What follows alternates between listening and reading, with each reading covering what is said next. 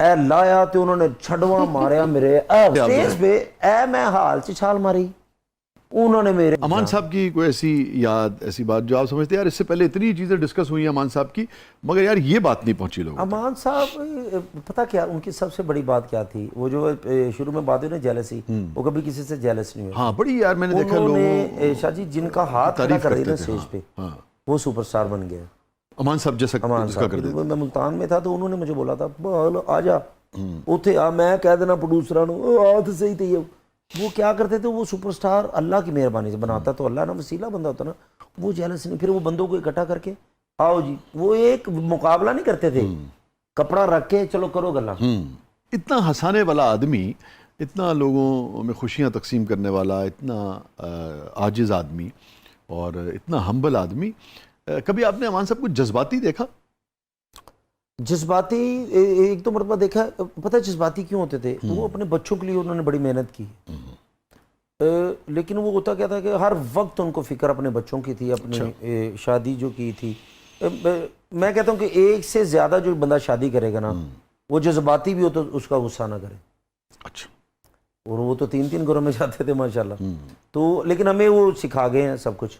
میں جب بھی میرے پاس وہ گاڑی میں بیٹھے ہیں یا مجھے کہتے ہیں مجھے گھر چھوڑاؤ، گاڑی ان کی پیچھے میں ڈرائیور لے کے یا کوئی بھی بندہ، یہ کہتے ہیں کیسر جو مرضی کر لی پتر، دوجا بیاہ نہ کری. وہ کیا تھا، پریشان رہتے تھے کہ ادھر جانا ادھر جانا، یہ کرنا مینیج نہیں وہ کر کرنا، پاتے. مینیج نہیں کرنا. پھر میں ایک دو مرتبہ گھر گیا ہوں، ایک گھر تو ادھر بھی وہ اس طرح نہیں عزت جس طرح ہونی چاہیے تھی، وہ نہیں ملتی تھی عزت. دنیا عزت کر رہی ہے، پھر گھر میں بڑا مسئلہ. لیکن شکر ان کے بچے لائق نکلے، ان کی بیٹیاں، انہوں نے امان صاحب کی عزت بھی رکھی اور اپنا کام بھی کر رہی ہیں. اچھا، طارق جاوید صاحب سے آپ کی بڑی دوستی وہ تھی؟ جی استاد تھے، دوستی نہیں ہمارے بڑے تھے. لیکن سننے میں آتا ہے کہ امان صاحب کی نسبت طارق صاحب کا مزاج بالکل مختلف نہیں، تھا. امان صاحب اور طارق صاحب زمین آسمان کا فرق تھا. طارق صاحب تو غصے سے بھرے ہیں، وہ تو سلح چ ونج بیٹھے نے، انہوں نے کوئی لت رکھی انہوں نے چنگا بھلا بندہ جا رہا ہے تو انہوں کنج ویکھ رہے ہیں. ایک واقعہ انہوں نے مجھے یاد ہے مسان صاحب کہ وہ ساری لڑکی سی آرٹسٹ تے امان صاحب طارق جو ہے صاحب شہزاد سر میں ڈرامہ کر رہے ہیں تے ایک بندے دا قد ایڈا لمبا قد، مچھاں نے رکھیاں تے اے اودے نا اتنے نشان بھی پیا. وہ انج لگے کہ جس طرح کسی نے کہاڑی ماری، یہ بڑا قاتل کوئی یہ وہ فلاں. وہ مان صاحب دے سوری طارق صاحب دے لاگے ننگے، طارق صاحب تھوڑا جنا گھبرا جان کے کون ہے. اگلے دن پھر وہ ننگے آتے ہیں، وہ ٹر رہا ہے چٹا سوٹ پایا، کون ہے وہ کسی نے پوچھ بھی نہیں رہے کہ کون ہے، دل چ کہہ رہے کون ہے. چوتھے دن بعد انہوں نے کہا چٹا سوٹ پا کے مینوں ڈرائی جاندہ ہے کون آ؟ کہندے جی وہ جڑا پہلا گانا نہیں کر رہی وہ ابو نے. انہوں نے پڑھیا پہلے تو کپڑے پاڑے واقعی تیری ایسی تھی تیسی ہو، تو مینوں ڈرایا. میں تو گھر کہہ گیا انہاں کہ پتہ نہیں میں جانا کہ نہیں. وہ تو ویکھدا بھی صرف میرے حال سی. ایک واقعہ ہم کا مجھے کہ اشرف رائی صاحب اللہ جنت میں رحم کام، طارق صاحب اللہ جنت میں رحم. اسی شہزاد سر میں ڈرامہ کر رہے، میں بڑا تیز جگتاں چنا، میں بہت تیز. وہ کوٹے کا سیٹ سی، انہوں نے نا میری انٹری بناتی اشرف رائی صاحب نے.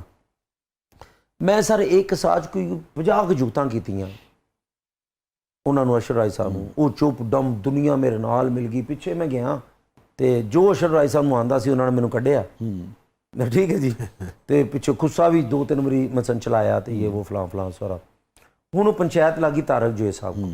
طارق جوہے صاحب کو پنچایت لگی ہے تے ہوں طارق صاحب نے مینوں رول دیتا سی. اور طارق صاحب میرے تو خوش بہت سی کہ منڈا تو سپر سٹار ہوئے گا. آپ کو پسند کرتے تھے بہت؟ مجھے بہت پسند کرتے. میرے کہتے پتر تو چھاڑے نو گسا کر گیا تو میرے نہ انٹری کر لیا کر. مرشد میں تو نہ کر تو ٹھیک ہے جی. اے ہوں اگلے دن میں آیا تے اے میں انٹر ہویا تے میں صرف اجے 9 یا 10 جگتاں کیتیاں طارق صاحب نے. 10ویں جگت تو بعد سر ریڈ خسا انہوں نے پایا. اے لایا تے انہوں نے چھڑواں ماریا میرے اے وجہ ڈھنگ. وہ تیری ہو ایسی دی ہو جو انہوں نے آڈینس اور سٹیج پہ ہی تھے آپ؟ سٹیج پہ اے میں حال چ چھال ماری ਉਹਨਾਂ ਨੇ ਮੇਰੇ ਪਿੱਛੇ ਮਾਰੀ ਜਾ ਹਾਂਜੀ ਜੀ, ਮੈਂ ਖੁੱਟ ਖਾਨਾ ਬਾਹਰ ਜਾ ਰਿਹਾ, ਠੀਕ ਹੈ ਜੀ। ਉਧਰੋਂ ਮੈਂ ਆਪਣਾ ਮੋਟਰਸਾਈਕਲ ਫੜਿਆ ਤੇ ਮੈਂ ਉਧਰੋਂ ਹੀ ਬਾਹਰ ਨਿਕਲ ਗਿਆ। 3 ਦਿਨ ਤਾਰਕ ਸਾਹਿਬ ਨੂੰ ਮਿਲੇ ਨਹੀਂ, ਉਹ ਇਸ ਤਰ੍ਹਾਂ ਦੇ ਜਜ਼ਬਾਤੀ ਸਨ। ਫਿਰ ਮੈਨੂੰ ਕਹਿੰਦੇ ਉਹ ਲੈ ਕੇ ਆਓ ਯਾਰ, ਉਹਨੂੰ ਇਹ ਕਰੋ वो इस तरह का तो बड़ी चीजें होती थी। तो जब दोबारा मिले इस वाक़े के बाद 3 दिन बाद बुलाया मैनू, बंदे भेजे मेरे घर आके जफ्फी पाई, और पुत्र यार तू वाकई अशरफ राई तेन सही गालां कढ़ रहा सी।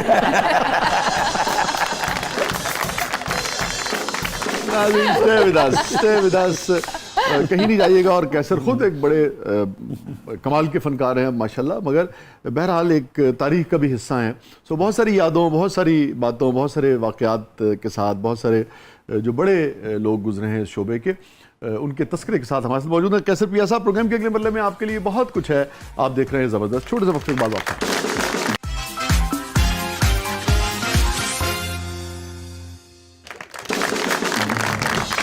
वेलकम बैक नाज़रीन। ज़बरदस्त में एक बार फिर खुशामदीद। कैसे साहब, हमारा सेगमेंट है कैथारसिस। पिछली बार भी आपने काफ़ी सारे कैथारसिस किए थे, मगर मुझे लग रहा है कि अब आपको नए कैथारसिस की ज़रूरत पड़ गई है। वो मुझे ज़्यादा ज़रूरत ज़्यादा बिल्कुल जी। और जिन पे मैं निकालूंगा उनको वेंटिलेटर की ज़रूरत है।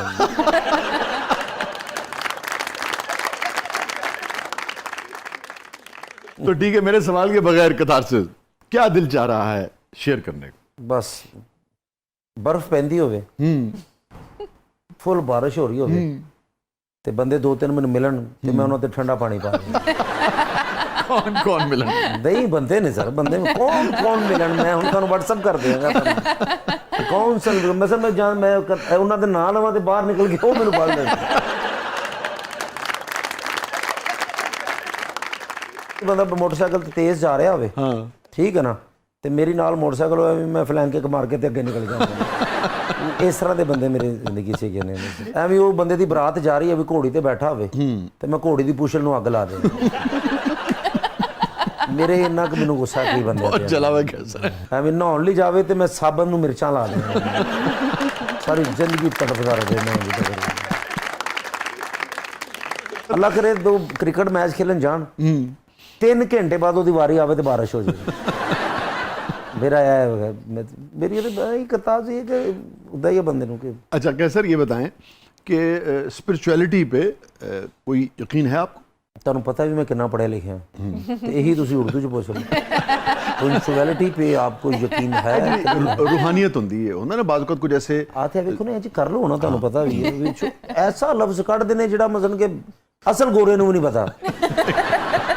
ਤੁਹਾਡੇ ਵਰਗੇ ਬੰਦੇ ਅੰਗਰੇਜ਼ ਨੂੰ ਕਹਿ ਰਹੇ ਹੁੰਦੇ ਨੇ ਆਹ ਮੁਰਸ਼ਿਦਾਂ ਦੇ ਮੇਲੇ ਤੇ ਚਲੀ ਗਈ।